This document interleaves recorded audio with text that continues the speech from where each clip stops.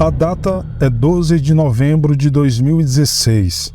São 4:30 da manhã em Anchorage, Alasca. Falta menos de 1 hora para o nascer do sol e uma ligação é feita para o departamento de polícia, que é atendida pelo oficial Arn Salau. Do outro lado da linha, um motorista de táxi relata algo estranho com um de seus passageiros. Segundo o homem, o seu último cliente, depois de chegar ao destino, simplesmente saltou do veículo e saiu andando, recusando-se a pagar. O policial Salau disse que iria verificar, pegou sua viatura e começou a se dirigir para lá. Enquanto dirigia, Salau estava sem dúvida no limite, porque durante os meses de verão, um assassino causou estragos nas ruas de Anchorage, matando 5 pessoas. Não se sabia muita informação sobre o culpado, apesar que testemunhas o descreveram como um homem branco com longos cabelos castanhos, medindo cerca de 1,80 m de altura, vestindo uma jaqueta camuflada e que usava uma arma identificada como um Colt Python 357. Enquanto o oficial Salau se aproximava cada vez mais de onde o taxista relatou ter sido roubado, ele avistou alguém. Um homem caminhava pela rua na direção oposta de onde veio a ligação. Acreditando ser este o homem indicado pelo taxista, Salau o seguiu por alguns instantes. Os 2 minutos seguintes foram capturados pela câmera da viatura e posteriormente divulgados na internet pelo Departamento de Polícia de Anchorage. O homem continuou andando, mesmo quando ficou óbvio que uma viatura da polícia o estava seguindo. Por fim, Salau acendeu os faróis e parou logo atrás do homem, saindo brevemente do carro para chamar sua atenção. Mesmo assim, o suspeito continuou andando. Sir, Anchorage Police, can I get you to stop?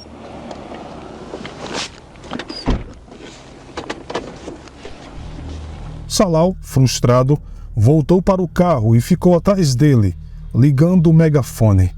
É a polícia de Anchorage. Você precisa parar. É a polícia de Anchorage. Você precisa parar.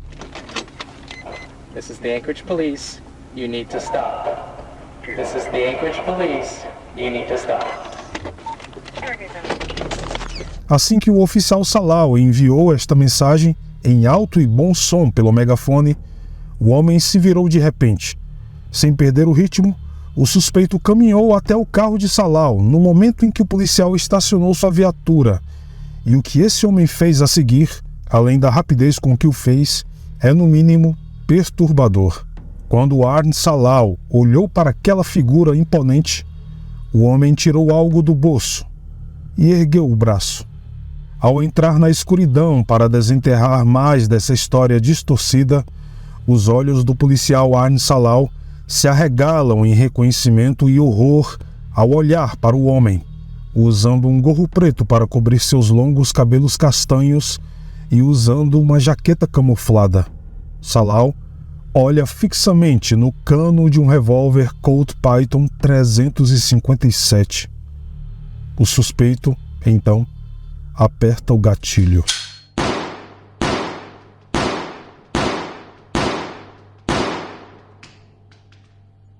Antes de contar o que aconteceu com Salau, vamos rebobinar e definir o cenário adequado.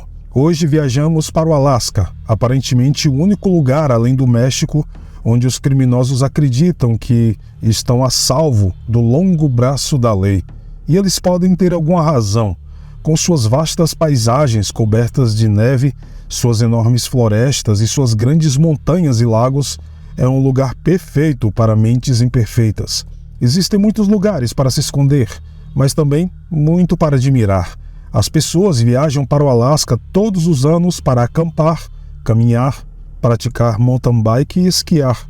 A região tem uma economia em expansão, com grande parte de suas exportações provenientes de petróleo bruto, bem como uma infinidade de frutos do mar e minérios que são comercializados para todos os lugares do mundo.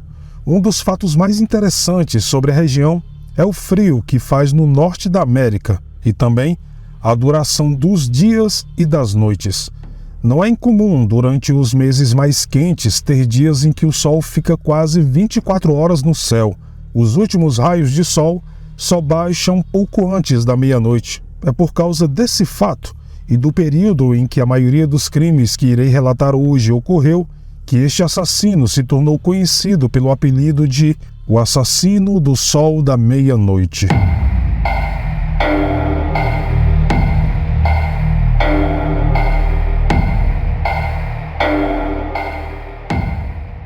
Às 7h45 do dia 3 de julho de 2016, um ciclista pedalava por uma ciclovia próximo ao rio Sheep Creek.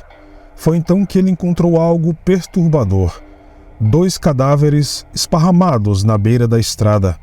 O ciclista chamou a polícia, as vítimas foram identificadas e 2 dias depois, as mortes foram consideradas homicídios. Jason Netter, de 42 anos, foi a primeira vítima. Jason não era santo, tendo tido problemas com a polícia no passado por atividades relacionadas a drogas. Ele também tinha problemas familiares de longa data, principalmente com suas 2 filhas.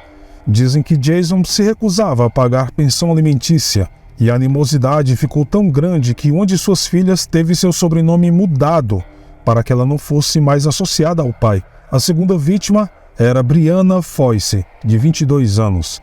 Como Jason, Brianna tinha um histórico bem documentado de abuso de drogas. Ela chegou ao ponto em que sua mãe adotiva, Marcella Foyce, solicitou uma intervenção numa clínica de reabilitação para que ela ficasse limpa e colocasse sua vida de volta nos trilhos. Mas Brianna não ligava para nada disso e acabou indo morar nas ruas como resultado.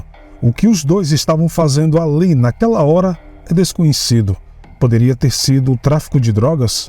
Os dois poderiam estar no meio de algum encontro romântico? Nunca saberemos, infelizmente, porque naquela madrugada eles não estavam sozinhos. Aproximando-se dos dois, o vilão da nossa história apontou sua Colt Python e atirou friamente. Sem emoção, sem hesitação. Olhando através de horas de imagens de câmeras de segurança da área, a polícia divulgou imagens de 2 homens que eles acreditavam que poderiam ser pessoas de interesse, embora não se saiba se alguma dessas imagens capturou o verdadeiro assassino. E, infelizmente, essas não seriam as únicas 2 vidas ceifadas por este criminoso, pois ele atacaria mais uma vez, 29 dias depois. Em 29 de julho de 2016, pouco depois das 3 horas da manhã, o assassino atacou novamente, desta vez no oeste de Anchorage. E desta vez havia testemunhas. 3 garotas estavam passando um tempo juntas naquela noite, quando notaram algo estranho fora de sua janela. Elas avistaram ao longe uma figura alta parando perto da Bowling Street, sob um poste de luz. Imóvel, olhando na direção delas, antes de mergulhar na floresta. Se isso não soa como algo saindo de um filme de terror, não sei como descrever. Logo depois, um jovem ia de bicicleta para o trabalho, um dia como outro qualquer. Ele não poderia saber que seria o seu último dia. Enquanto passava entre a Dubin Avenue e a Bowling Street, a figura saiu da floresta e descarregou impiedosamente sua arma no jovem. Ao ouvirem os disparos, as meninas voltaram a olhar pela janela e viram a vítima caída no chão. A figura estranha então se aproximou, pegou a bicicleta e saiu andando nela. A polícia logo chegou e identificou o corpo como sendo de Trevian Kendall Thompson, de 21 anos, um jovem brilhante com um futuro promissor, uma vida jovem interrompida por absolutamente nenhuma razão. Logo foi determinado que a mesma arma que tirou a vida dele foi utilizada no assassinato de Foyce e Netter. Sob a direção do sargento Slomir Markiewicz, as 3 meninas foram interrogadas junto com outras testemunhas e todas deram a mesma descrição do que viram. Depois que as entrevistas foram concluídas e todos os testemunhos foram levados em consideração, uma descrição foi anotada e um esboço composto foi criado. Um homem com mais de 1,80 m de altura, rosto pontiagudo, olhos e bochechas ligeiramente encovados, cabelo castanho na altura dos ombros Ele vestia uma jaqueta camuflada. Imagens de câmeras de segurança da área confirmam a história, mostrando o assassino avançando sobre Thompson. Infelizmente, não demorou muito para que a escuridão sobre Anchorage ceifasse ainda mais vidas. Mais um mês se passou antes que mais corpos fossem encontrados. Em 28 de agosto de 2016, por volta das 1h42 da madrugada, uma mulher não identificada caminhava pelo parque Valley of the Moon, onde fez uma terrível descoberta. O corpo de um jovem estava esparramado na trilha, com vários ferimentos de bala visíveis em seu torso. A polícia foi chamada e, fazendo buscas na área, outro corpo foi encontrado próximo a um pavilhão do parque, crivado de balas. Poucas evidências foram deixadas para trás na cena do crime, e não demorou muito para que os relatórios médicos confirmassem que a mesma arma foi usada em ambos os assassinatos, um revólver Colt Python. A contagem de corpos havia subido para 5. O corpo encontrado no pavilhão foi identificado como sendo Kevin Turner, de 34 anos. Turner tinha um histórico de doença mental, ou seja, esquizofrenia e transtorno bipolar. Ele era um sem-teto na época porque não se adaptava com casas de repouso. A segunda vítima foi identificada como sendo o ativista ambiental não binário Bryant DeHusson, de 25 anos, conhecido por seus entes queridos como Bree. O pai de Bryant, Gordon, falou com a polícia após a descoberta de seu filho e propôs uma teoria, com a qual a polícia concordou. Acredita-se que Bree estava em um passeio de bicicleta tarde da noite, a caminho da casa de um amigo. De repente, sem saber, ele tropeçou com a execução cruel de Kevin Turner.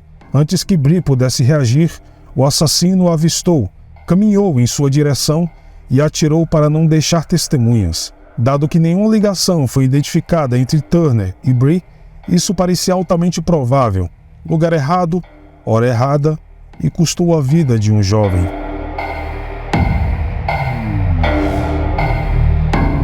Agora, com 5 corpos nas mãos, a investigação disparou. Um serial killer estava oficialmente à solta e os cidadãos estavam em pânico. A polícia enviou um aviso ao povo de Anchorage para ficar longe de locais isolados após o anoitecer. Depois das mortes recentes, o FBI finalmente se envolveu. Eles ofereceram uma recompensa de $10.000 por qualquer informação sobre o assassino, recebendo cerca de 3 dicas por dia durante 2 meses seguidos. Na descrição do incidente, eles se concentraram principalmente no assassinato de Thompson, pois foi quando as testemunhas melhor descreveram o criminoso. Os oficiais não divulgaram informações sobre a arma do crime, por medo de que o assassino pudesse se livrar do revólver para evitar a detecção. Em 6 de setembro, uma coletiva de imprensa foi realizada pelo prefeito de Anchorage na época, Ethan Beckovitz, para tentar acalmar a população. Ele culpava a crescente contagem de assassinatos pela violência de gangues, sem mencionar a possibilidade de um serial killer. Mas nenhuma das vítimas, exceto talvez as 2 primeiras, tinham ligação com gangues. As coisas ficaram quietas pelos próximos 2 meses, até o dia 12 de novembro. Agora voltamos à história do início do vídeo, quando o silêncio da madrugada do dia 12 de novembro foi interrompido por uma explosão de tiros. O Colt Python 357 explodiu 6 vezes contra o oficial Salau, acertando-o no estômago. Mesmo ferido, ele conseguiu sacar sua arma, sair do carro e revidar os tiros, mesmo com seu estômago jorrando torrentes de sangue. As coisas pareciam sombrias para Salau. Ele estava perdendo sangue rapidamente. Então, tentou agarrar o assassino e tirar a arma dele, mas as chances estavam contra ele, pelo menos inicialmente. No entanto, o policial Salau não foi o único que atendeu a ligação do taxista pelo rádio. Um segundo carro patrulha chegou ao local, com o sargento Mark Patsky, da unidade K9. Ele saiu de seu veículo com a arma em punho, se juntando a Salau, e os dois abriram fogo contra o assassino, crivando de balas sua jaqueta camuflada. O homem estava morto antes de atingir o chão. O reinado de terror que mantinha Anchorage nas garras do medo finalmente havia acabado. O oficial Salal foi levado às pressas para o hospital após esta aprovação, perdendo a consciência logo após a queda do assassino. Salal, sendo uma lenda, sobreviveu. A arma foi retirada do local do crime e enviada para laboratório, onde foi positivamente ligada a todos os 5 assassinatos anteriores. O criminoso estava morto e foi confirmado pelas testemunhas do caso Thompson que ele foi o homem visto naquela noite pelas meninas. Finalmente, o manto do mistério foi levantado e tínhamos um nome para culpar pelo tumulto sangrento: James Dale Ritchie.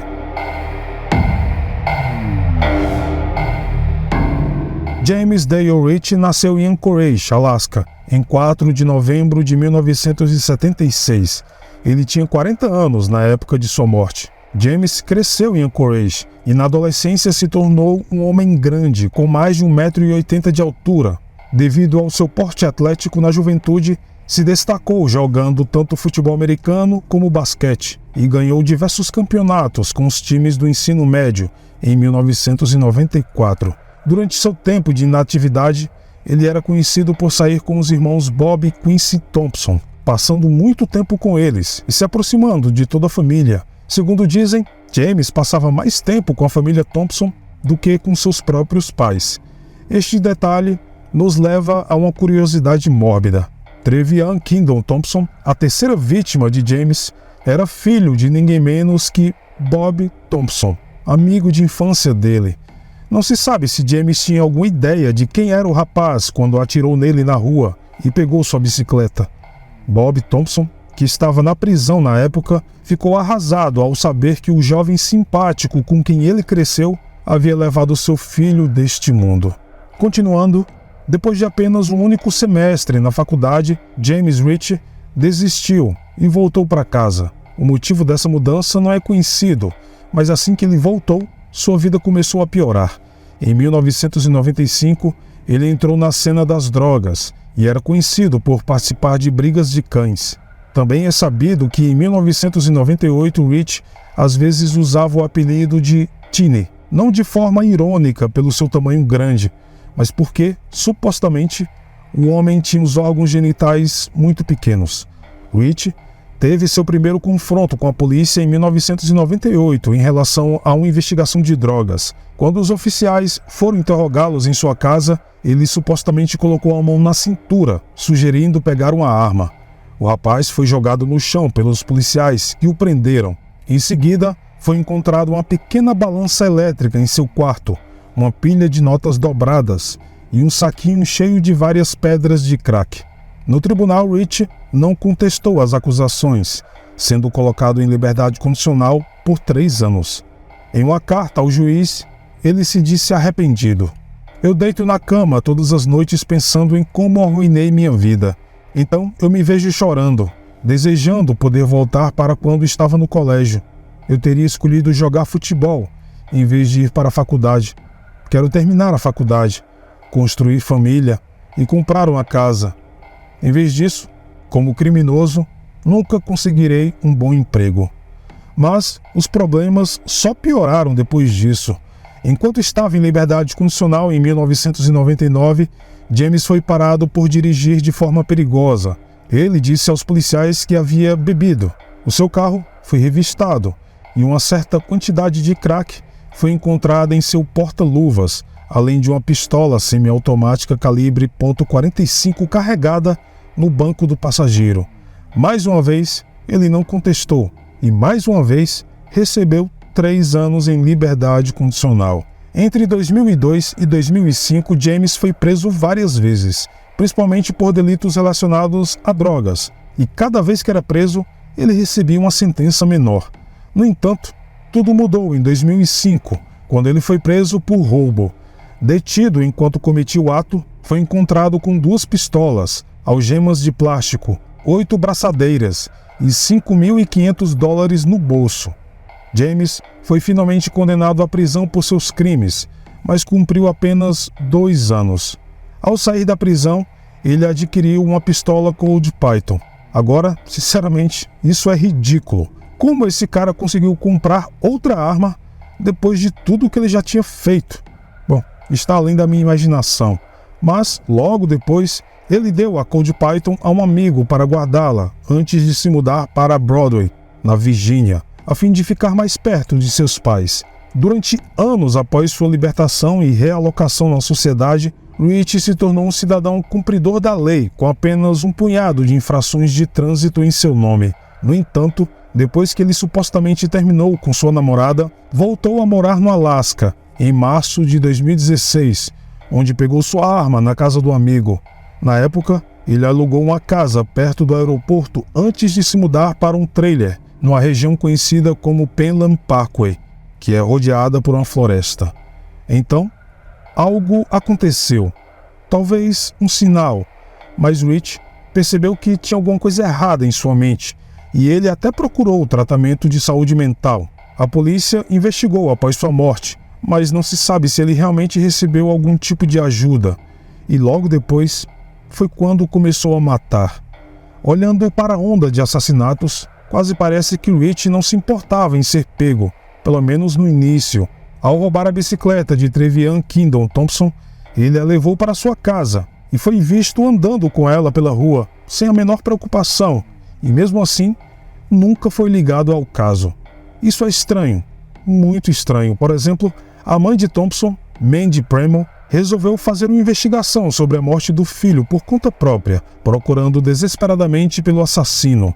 Mandy até conseguiu identificar Rich. Ela viu que ele estava armado, com um Cold Python, perto de um hospital. Isso era outubro de 2016, um mês antes do confronto com o policial Salau. A mulher denunciou a polícia, alegando que pretendia confrontá-lo, mas ela foi aconselhada a esperar. O resto, como falam, é história. Existem perguntas que todos devemos fazer quando se trata de casos como este, seja em relação a assassinos em série ou a um único assassinato. A questão do porquê nos atormenta. Infelizmente, este é um caso em que as respostas nunca serão dadas. A única chance que tivemos de descobrir essa resposta morreu naquela calçada, no início da manhã de novembro de 2016, esparramado em uma poça cada vez maior de seu próprio sangue. James Dale Rich, o assassino do Sol da Meia-Noite, era um homem demente e um assassino perverso, com uma motivação que é um enigma para todos os envolvidos, seja a polícia, sua família ou a família e amigos daqueles que ele matou a sangue frio. A parte irônica disso tudo é que, por mais aleatórios que tenham sido os ataques perpetrados por Rich, sua morte também foi aleatória. Se ele não tivesse enganado o motorista de táxi, ele nunca teria chamado a polícia. Se o motorista de táxi nunca tivesse chamado a polícia, Rich nunca teria sido confrontado pelo policial Salau nas ruas, e o tiroteio nunca teria ocorrido. James era um fantasma. Ele não estava nem perto do topo da lista de suspeitos. Se ele não tivesse cometido aquele erro, um ato aparentemente impensado, ainda poderia ter passado despercebido pela polícia e ainda poderia ter continuado sua fúria de morte e derramamento de sangue. É assustador pensar nisso, mas também é uma realidade sombria na qual, felizmente, não temos que viver.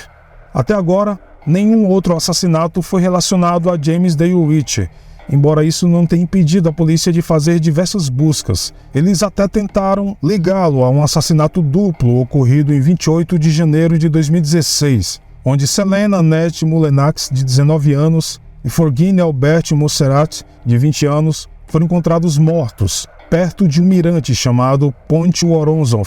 Ambas as mortes permanecem sem solução até hoje. Embora pareçam se encaixar no modus operandi de James Rich, como sabemos, ele só voltou para o Alasca em março daquele ano. As vítimas também não foram baleadas com a sua arma, a tal Cold Python. Por enquanto, olhamos para as vítimas desse monstro horrível. São suas vidas que importam nesta situação, e são elas que devem ser lamentadas, não a besta que acabou com tudo. Jason Nitter, Brianna Foyce, Trevian Kingdon Thompson, Kevin Turner e Bryant DeRusso, essas 5 almas infelizes foram perdidas para o mundo por nenhuma razão, além das maquinações dementes de um homem mau com a arma na mão. São eles que merecem ser lembrados, embora como o mundo funciona é o nome do assassino que está gravado nos livros de história. Uma verdadeira vergonha. Que James Dale Ritchie apodreça em qualquer cova em que o diabo deseje jogá-lo, e que as 5 vítimas desse monstro sem alma descansem tranquilas, sabendo que o homem que tirou tudo deles não pode mais tirar nada de ninguém.